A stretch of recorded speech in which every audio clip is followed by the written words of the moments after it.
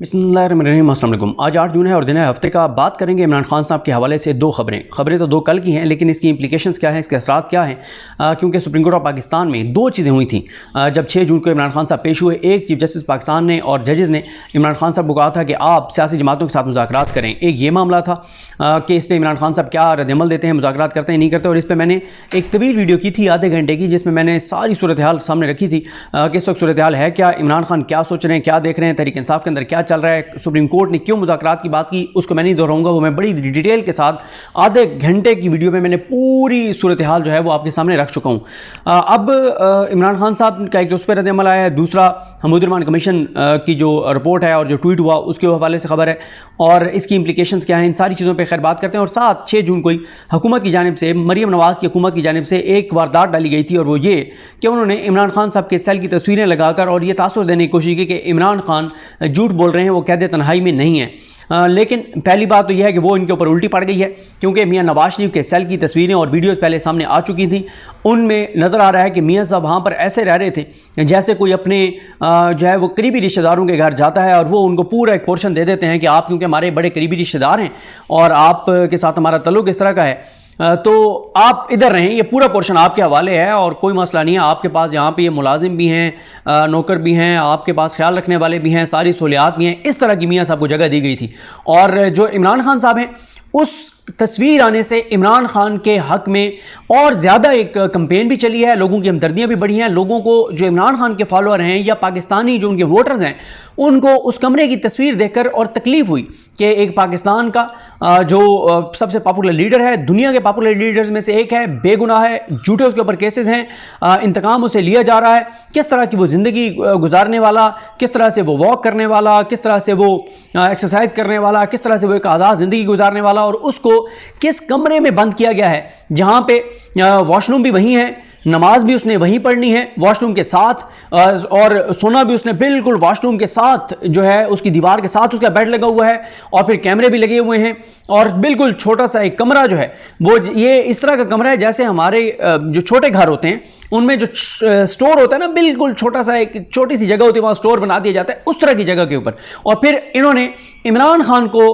गलत साबित करने के लिए इमरान खान की मौक़िफ़ की तायीद कर दी जब इन्होंने वो तस्वीरें जारी की और उसमें नज़र आ रहा है कि इर्द गिर्द के सेल खाली हैं और वाकई इमरान खान को कैद तन्हाई में रखा गया है और बहुत कुछ किया गया है। ये अभी इमरान खान नहीं बताएंगे कि उनके साथ जेल में किस तरह का रवैया रखा गया है, क्योंकि इमरान खान का एक ही है कि वो नहीं चाहते कि उनकी ज़ात के हवाले से वो को बात करें कि मुझे ये मसला है, मुझे खाना ठीक नहीं दे रहे, मुझे ये नहीं कर रहे, मुझे वो नहीं कर रहे। ये बातें इमरान खान नहीं करना चाहते, ये कोई और करता था। इमरान खान को वहाँ बुक्स चाहिए, इमरान खान को वहाँ पे कुरान मजीद चाहिए था, इमरान खान को ये चीज़ें चाहिए थी, वो उसको मिल गई हैं, बाकी उसको कोई फ़र्क नहीं पड़ता। और यही सबसे बड़ी इस वक्त अजियत है, इस सबसे बड़ी तकलीफ़ है, सबसे बड़ा मसला है कि उसके साथ जो चीज़ की जाती है वो उसको जो है उसमें रच बस जाता है और उसी के मुताबिक ज़िंदगी वहाँ पे गुजारना शुरू कर देता है।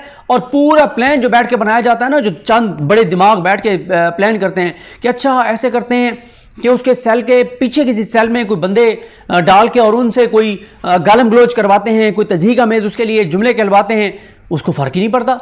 लाइटें ज़्यादा कर दो, सो ना सके, उसको फ़र्क ही नहीं पड़ता। अच्छा अब इसके सेल में ये मसला कर दो, उसको फ़र्क ही नहीं पड़ता। जो प्लान बनाया जाता है कि अब तो ये टूटेगा, अब तो ये रोएगा, अब तो ये कहेगा कि जी मुझे ये मसला है, लेकिन ऐसा नहीं करता इमरान खान। और ये सबसे बड़ी तकलीफ और परेशानी की बायस है। जो उसको तोड़ना चाहते हैं, जो उसको तकलीफ पहुंचाना चाहते हैं, जो उसको देखना चाहते हैं मुश्किल में, और फिर मुश्किल में नहीं वो मुश्किल का इजहार करे, लेकिन इमरान खान ऐसा नहीं कर रहा। इमरान खान ज़हनी तौर पर तैयार है कि आप मुझे 6 माह रखना है, 4 माह रखना है, 8 माह रखना है, 1 साल रखना है, मुझे कोई मसला नहीं है। अब आ जाए इस बात पर कि कल की दो और चीज़ें। कल ये हुआ कि एक तो इमरान खान साहब जो हैं उन्होंने सहाफ़ियों से गुफ्तगू की और वो सामने आई, उसमें बहुत इंपॉर्टेंट चीज़ है, उसमें काजी फाइज ईसा साहब की पेशकश को उन्होंने इनकार कर दिया, जिसमें इमरान खान कहते हैं कि मैं सिर्फ उनसे बात करूंगा जो ताकतवर हैं। मुझे डेथ सेल वाली चक्की में रखा गया है, जेल में कोई रियायत या सहूलत नहीं मांगी, जेल में हूँ, ट्वीट नहीं कर सकता, वकला को ट्वीट की हिदायत करता हूँ। और उसके बाद इमरान खान साहब ने कहा कि हमूदुर्रहमान कमीशन बनाने के 2 मकासद थे। जब ये कमीशन बनाया गया था तो 2 मकासद थे, और वो मकासद क्या, उनमें से एक ये था कि ऐसी गलती दोबारा ना दोहराई जाए जिससे मुल्क 2 लाख हो जाए। तो कमीशन ने अपनी रिपोर्ट में जनरल याहिया को जिम्मेदार ठहराया कि उसने सब कुछ अपनी ताकत के लिए किया और आज मुल्क में दोबारा वही कुछ दोहराया जा रहा है जिससे मुईशत बैठ जाएगी, क्योंकि जनरल याहिया जो है वो शेख मुजीबुर रहमान जीत गए थे और जनरल याहिया की ज़िद थी कि जनाब हमने इसको हुकूमत नहीं बनाने देनी, हमने इसको वज़ीर आज़म नहीं बनने देना। और फिर जो ये भी साथ थे, जो इनके नाना जान थे बिलावल भुट्टो ज़रदारी के, जुल्फ़िकार अली भुट्टो, वो भी इसमें उनके साथ थे। और फिर जनरल जाहिया ने उसकी ज़िद और अना ने मुल्क 2 लाख करवा दिया। इमरान खान ने कहा कि हमारे दौर हुकूमत में उन्होंने फिर नैब की वो फिगर्स दी जो मैं आपको पहले उनकी एक बता चुका हूँ, जो उन्होंने सुप्रीम कोर्ट में बताया था कि उनके दौर में कितनी हुई थी और रिकवरी, और अब चंद लाख हुई है, उस वक्त अरबों रुपये हुई थी 3 साल। इमरान खान के 3 साल में जो रिकवरी थी वो नैब के 18 साल नैब को बने हुए थे, उसमें इतनी रिकवरी नहीं थी जितनी इमरान खान के 3 सालों में हुई थी। और इमरान खान को इक़्तिदार से निकालने के बाद 1 साल 3 लाख रुपए जमा हुआ और 1 साल में 1 करोड़ और 18 लाख जमा हुआ। उसके बाद इमरान खान ने कहा कि नैब की तरमीम की वजह से मुल्क का 1100 अरब का नुकसान हुआ, जो मुल्क घुटनों के बल हो वो इतने नुकसान को मुतहम्मिल नहीं हो सकता। इमरान खान ने कहा कि सोशल मीडिया के लोग हमारे हीरोज़ हैं, FIA मेरे खिलाफ झूठा केस बनाने पर मुझसे माफ़ी मांगे, मुल्क में सियासी इंतकाम जारी है, FIA को सिर्फ वकला की मौजूदगी में जवाब दूंगा। ये सब कुछ मोहसिन नकवी करवा रहा है FIA के ज़रिए, जो है, क्योंकि ज़ाहिर है मोहसिन नकवी वज़ीर दाखिला है।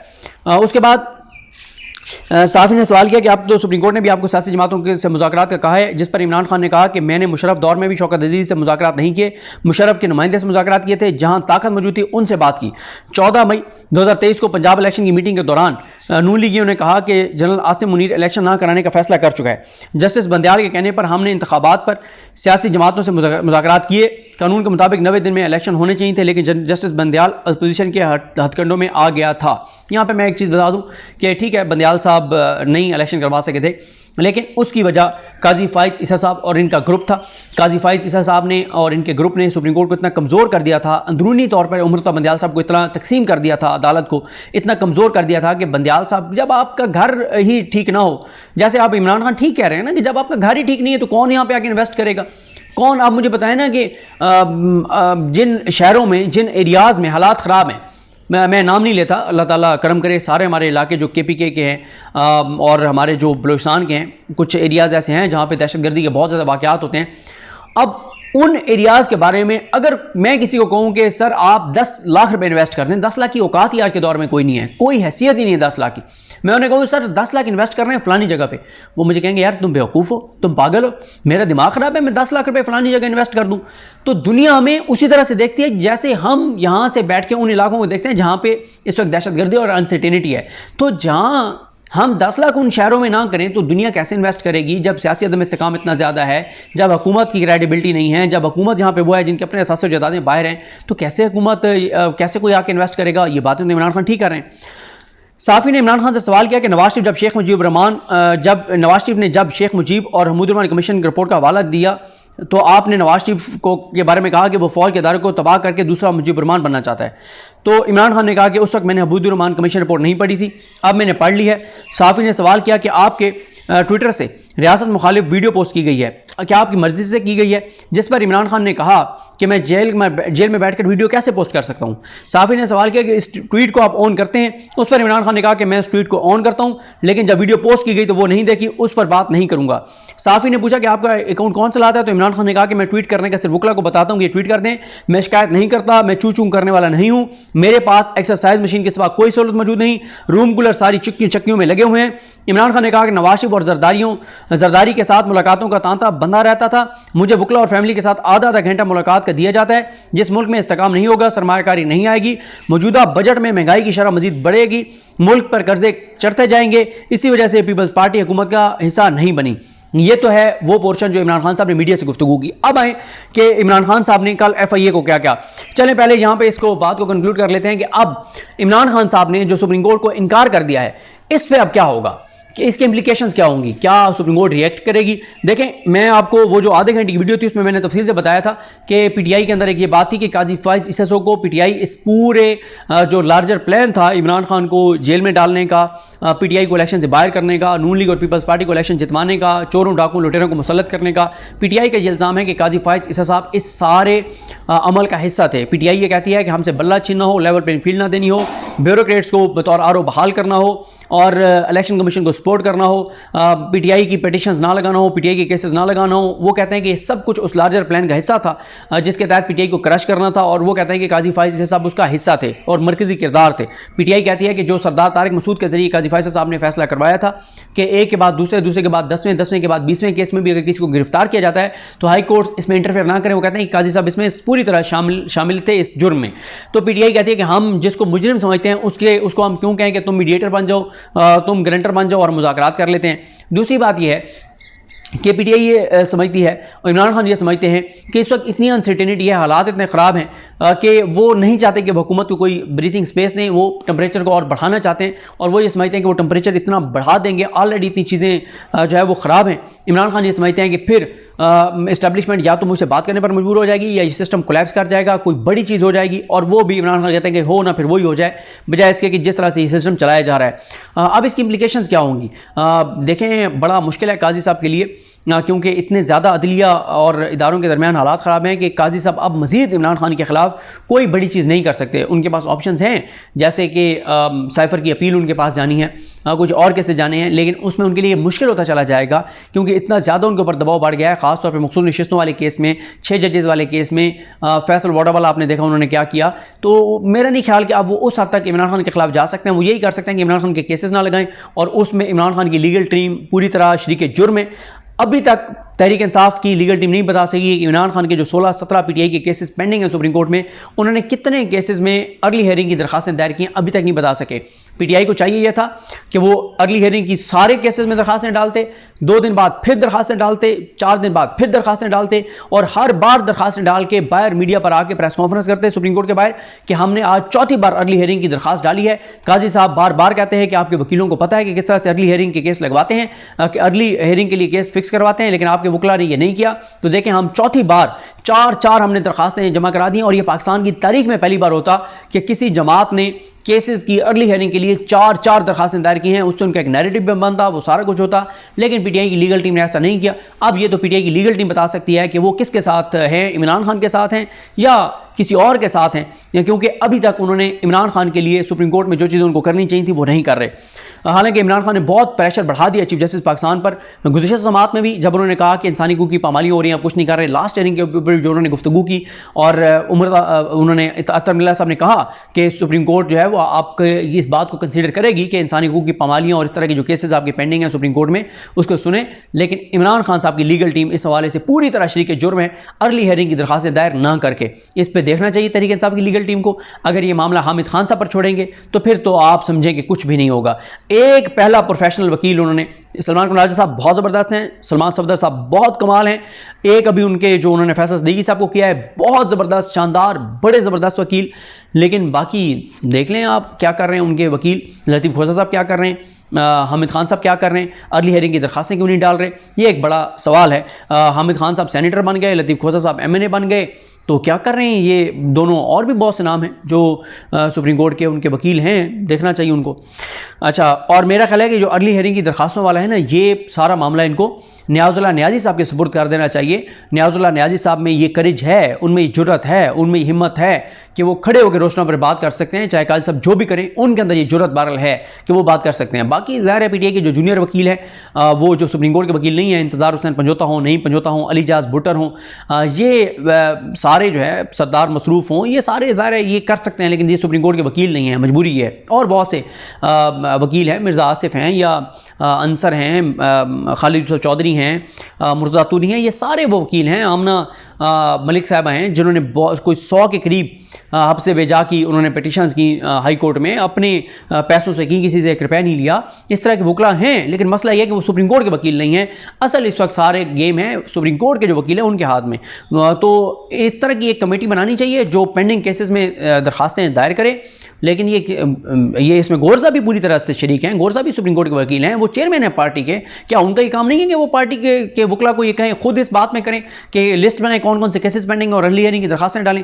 नहीं कर रहे। ना उमर अयूब साहब को कोई फिक्र है, ना मतलब चलें रऊफ़ हसन साहब, मीडिया की उनकी एक जिम्मेदारी है। तो ये ख़ास तौर पर जो ये हैं उमर अयूब साहब, गौर साहब क्या कर रहे हैं, ये इनको देखना चाहिए कि आप करें, आप अर्ली हियरिंग की दरखास्तें डालें जो अभी तक आप नहीं डाल रहे। उसके बाद आ जाएं कि इमरान खान साहब जो हैं उनके पास FIA वाले गए सवाल करने, तो इमरान खान साहब ने उनको भी कहा कि तफ्तीश से पहले आप पहले तो मुझसे माफ़ी मांगे ना कि आपने FIA का भी साइफ़र का भी मेरे ऊपर झूठा केस बनाया, अब आप दूसरा मेरे खिलाफ झूठा केस बना रहे हैं। साइफ़र का केस आपका हाई कोर्ट से ख़त्म हो गया है। इमरान खान ने कहा कि साइफ़र के बाद बतौर वज़ीर-ए-आज़म मैंने पाकिस्तान की खुद मुख्तारी के तहफ़्फ़ुज़ और अपनी कौम का सर फ़ख्र से बुलंद करने के लिए अमरीकियों को एहतजाजी मुरासला भिजवाया और हक़ाइक़ अपनी कौम के सामने रखे। इमरान खान ने कहा कि अपनी कौम के लिए मेरा पैगाम वाज़ेह था कि हम एक खुद मुख्तार और गैरतमंद कौम है जो अपने अंदरूनी मामलात में मुदाखलत हरगिज़ कबूल नहीं करती। साइफ़र दरहकीकत जनरल बाजवा को भेजा गया था ताकि वो मेरी मुंतखब हुकूमत को ख़त्म कर सकें। इमरान खान ने मज़ीद कहा कि मुझे बार बार NRO को कहा गया, साजबाज का कहा गया, चोरों डाकू लुटेरों से बात करने का कहा गया, मैंने इनकार किया और उन्होंने कहा कि मैं ट्विटर पर की जाने वाली पोस्ट की जिम्मेदारी कबूल करता हूं, ताहम जेल में होने के बायस अपलोडिंग से पहले वीडियो नहीं देख सका। इमरान खान ने कहा कि मुझे अगर वीडियो दिखाई गई होती जो हमूदुर्रहमान कमीशन रिपोर्ट के मंदरजात पर मुश्तमिल है, अगर अपलोडिंग्स के कबल मुझे दिखाई जाती तो पैगाम को मजीद मौसर करने के लिए उसमें चंद मामूली तब्दीलियाँ कराता। बड़ा खूबसूरत खेला है उन्होंने, ये नहीं बताता क्या तब्दीलियाँ कराता, उन्होंने तब्दीलियाँ कराता अगर मुझे दिखाई जाती, लेकिन मैंने देखी नहीं है। जेल में मेरे पास कोई वीडियो तो मैं देख नहीं सकता, मोबाइल मेरे पास है नहीं, और जो मुझे मिलने आते हैं उनको तो बाल पर नहीं लाने देते, कागज़ नहीं लाने देते। इमरान खान ने कहा कि हमूदुर्रहमान कमीशन रिपोर्ट हमारी कौमी तारीख के अलमनाक हादसे के असबाब, वजूहात और किरदारों को अहाता करती है। हमूदुर्रहमान कमीशन रिपोर्ट के दो बुनियादी आदाफ थे, जिनमें एक साने के जिम्मेदारों को तयन करना और दूसरा गलती की निशानदेही करना था। इमरान खान ने कहा कि मैं तो इसलिए हमूदुर्रहमान कमीशन रिपोर्ट की बात कर रहा हूँ कि हम माजी की गलतियों से सीखें, और उन्होंने कहा कि जो जनरल पे तनकीद होती है वो उसके सियासी किरदार पे तनकीद होती है। वो ठीक है, फ़ौज का वो सरबराह था, लेकिन उसके सियासी जो किरदार था उसके ऊपर तनकीद होती है। इमरान खान ने कहा कि मशरक़ी पाकिस्तान में तैनात जनरल याकूब और एडमिरल एहसन ने याहिया खान को मशरक़ी पाकिस्तान में फ़ौजी ऑपरेशन से मना किया, जिस पर उन्हें मुस्ताफ़ी होना पड़ा। दस्तूर यानी आइन फ़ौज को सियासत से मुकम्मल तौर पर अलग थलग रहने का पाबंद बनाता है ताकि तनकीद से महफूज रहकर अपने पेशा वराना फ़राइज़ सर अंजाम दे सकें। इमरान खान ने कहा कि हमूदुर्रहमान कमीशन रिपोर्ट ने वाज़ेह तौर पर बयान किया है कि जनरल याहिया खान पूरी तरह सियासी फैसला साजी के मुर्तकिब थे। सियासी फैसलों पर पूरी दुनिया में तनकीद की जाती है और जमहूरियत सियासी फैसलों पर तनकीद को मुकम्मल तहफ़्फ़ुज़ फराहम करती है। इमरान खान ने कहा कि फ़ौज का सरबराह किसी इंतखाब या रेफरेंडम के जरिए मुस्तनद नहीं पाता, चुनांचे उसे खुद को और इदारे को सियासत और सियासी फैसलों से अलग रखना ही फ़ौज के मफाद में होता है, और आइन भी इसी का हुक्म देता है। फ़ौज का सरबराह जब सियासत में मुलविस होता है तो और सियासी फैसले करता है तो अपने मनसब से अलग होकर सियासी दायरे में कदम रखता है। इमरान खान ने कहा कि इंतखाबात के बाद फैसला कुन बरतरी और अवामी मैंडेट की हामिल हुकूमत को इक़्तिदार मुंतकिल ना करना और मुल्क को अलमनाक हादसे की भीड़ चढ़ने देना जनरल याहिया के फैसले थे। अवामी मैंडेट का एहतराम ना करने पर तब हालात देश से दाखिली इंतशार और बिगाड़ की जानिब गए और मुल्क 2 लाख हुआ। उस इमरान खान ने कंपैरिजन कह रहे हैं उस वक्त जो हुआ था अब भी वही हो रहा है। इमरान खान ने कहा कि याहिया खान के सियासी फैसलों में हिस्सा लेने की इसी शौक की पाकिस्तान और अफवाज पाकिस्तान ने भारी कीमत अदा की। सियासी फैसले करने और पूरी तरह सियासत में मुलविस होने के बाद जनरल याहिया खान के लिए फ़ौज के पीछे छुपना हरगिज़ मुमकिन ना था। चुनांचे हमूदुर्रहमान कमीशन और तारीख दोनों ने इसके किरदार पर अपनी तनकीदी राय दी। इमरान खान कहते हैं कि जब उसने गलत फैसले किए याहिया ने, उसके बाद वो फ़ौज के पीछे नहीं छुप सकता कि मैं फ़ौज का सरबराह हूँ और फ़ौज पर तनकीद करेंगे तो मुल्क का बड़ा नुकसान होगा। इमरान खान ने कहा कि उसके फैसले इनफरादी थे, बतौर इदारा फ़ौज उसमें नहीं थी, और जब उसने इनफरादी फैसले किए तो उस पर तनकीद हो सकती है। फ़ौज पे क्यों हम ये कहेंगे कि तनकीद है, उसके सियासी फैसलों पर तनकीद है।